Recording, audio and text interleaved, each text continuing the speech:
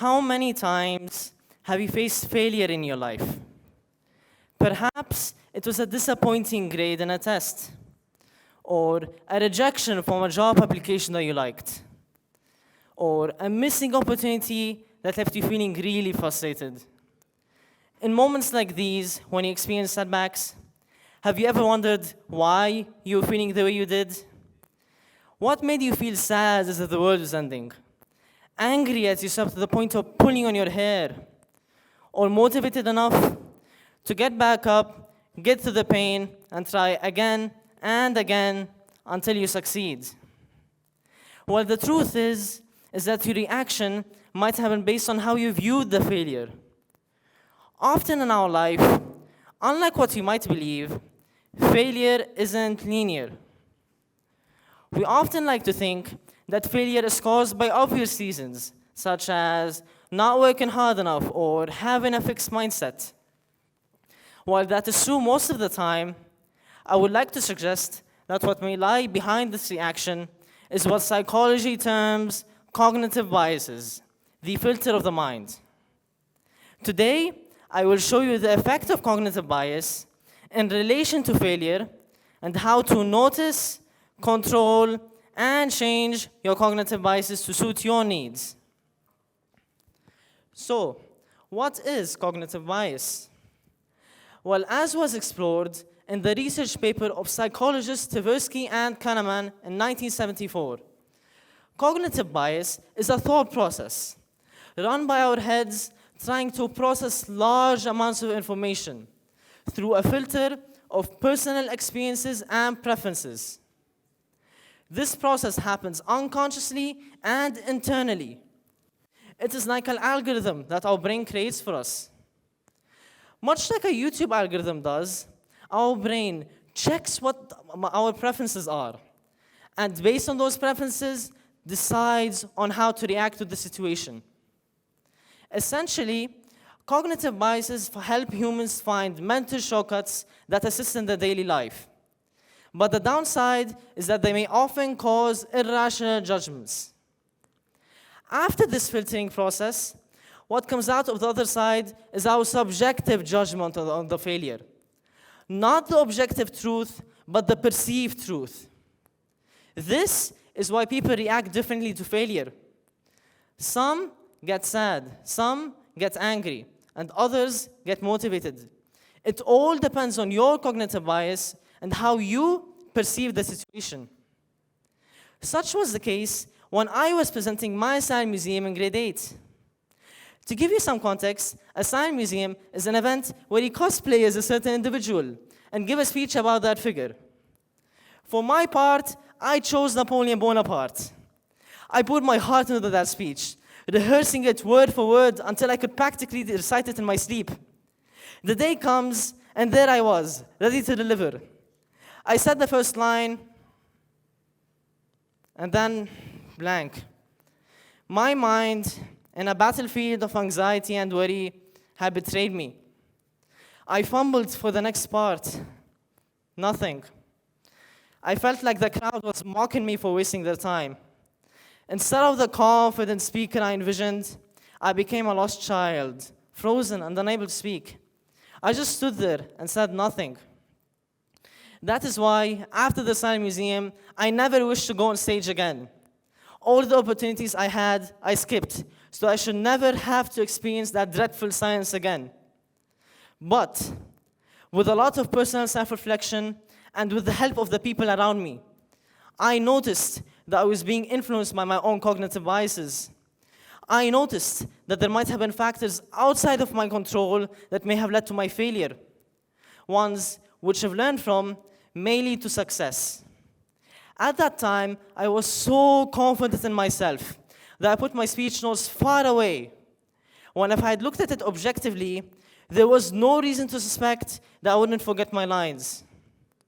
But like Napoleon, who was defeated by the Russians because of his overconfidence, I too was defeated because of my overconfidence, which hindered me at the critical moment and which held me back from succeeding. The effect that cognitive bias had on me was just that, due to the massive amount of information that rushed into my head on stage, My brain went into overdrive mode, trying to figure out what to filter and what not to filter. And to make some space, it completely removed the memory of the skip from my head. In short, my cognitive biases, in an attempt to simplify a stressful situation, inadvertently caused me to fail. One of these cognitive biases that hindered me after the Science Museum project is what is known as outcome bias. Outcome bias may cause us to judge the quality of our efforts based solely on the outcome, without considering the process or external factors that may have led to it. This is the explanation to my thoughts. This is what happened to me. After the event, I had focused solely on the tragic outcome of forgetting my lines and standing in silence, without actually considering that I was new to public speaking. Judging ourselves only on the quality of the outcome, we see that this bias leads to self-blame, preventing us from seeing the full picture and from learning from our experiences, which is what experiences are supposed to do. They are supposed to teach us, not demotivate us. Another example of a harmful cognitive bias is what is known as confirmation bias. Confirmation bias may lead us to focus on evidence that confirms our beliefs, while ignoring information that contradicts them. In his influential book titled Predictably Irrational, Dan Ariely states that we frequently act irrationally, while still believing our actions are perfectly logical. For example, during presidential elections, people tend to seek information that paints the candidate they support in a positive light, while dismissing any information that presents them negatively. This irrationality, caused by confirmation bias, can impair our judgment, a phenomenon which explains why people never see eye to eye and agree on who is better and who is worse. They only see their candidate as quote-unquote perfect, without actually seeing any of their flaws. My third example of a cognitive bias is cultural bias. This type of bias occurs when people judge other cultures based on standards that are built by their cultural backgrounds. These standards affect how people perceive other cultures and the way in which they act and behave. What is considered normal and respectable behavior in one culture might be seen as rude or strange in another. For example, an instance that I see commonly as an individual coming from an Arab culture is that, usually, whenever we Arabs finish eating our meals in a restaurant, a fierce battle occurs. Most people on the table start fighting to pay the bill, with good intentions, of course, but can even reach a point where they start pushing each other to pay first. To members of my culture, this is completely normal behavior, done as a sign of respect and generosity. But if a person from another culture saw this, such as a culture where this type of fierce generosity does not exist, they would gape in horror and exclaim, "You mean to tell me you guys fight to pay the bill? Madness." This just goes to show the habits that you do and the way you act without realizing. These aren't the only examples of cognitive bias that science has named. There is the Dunning-Kruger effect, where someone with low abilities in a field believes to have expertise in it. There is the bandwagon effect, where someone adopts ideas and opinions mainly because they are trending. And lastly, there is the survivorship bias, where one only looks at those at the top, viewing success as easily achievable, among many other cognitive biases. Clearly, cognitive biases have a negative influence on us. So how do we begin to change this? There are 2 steps we need to take. I call this process the awareness and action method, or the AA method in short. Since cognitive bias is a subconscious filter that we put on ourselves without noticing, the first step we have to take is to notice our own cognitive biases. This isn't as easy as it sounds. It takes a lot of time to truly understand yourself. It took me at least a year to notice my own cognitive biases. That is why you may need an outside perspective to help, someone outside of your bubble. I know that my brother played a very important role in my realization of my outcome bias.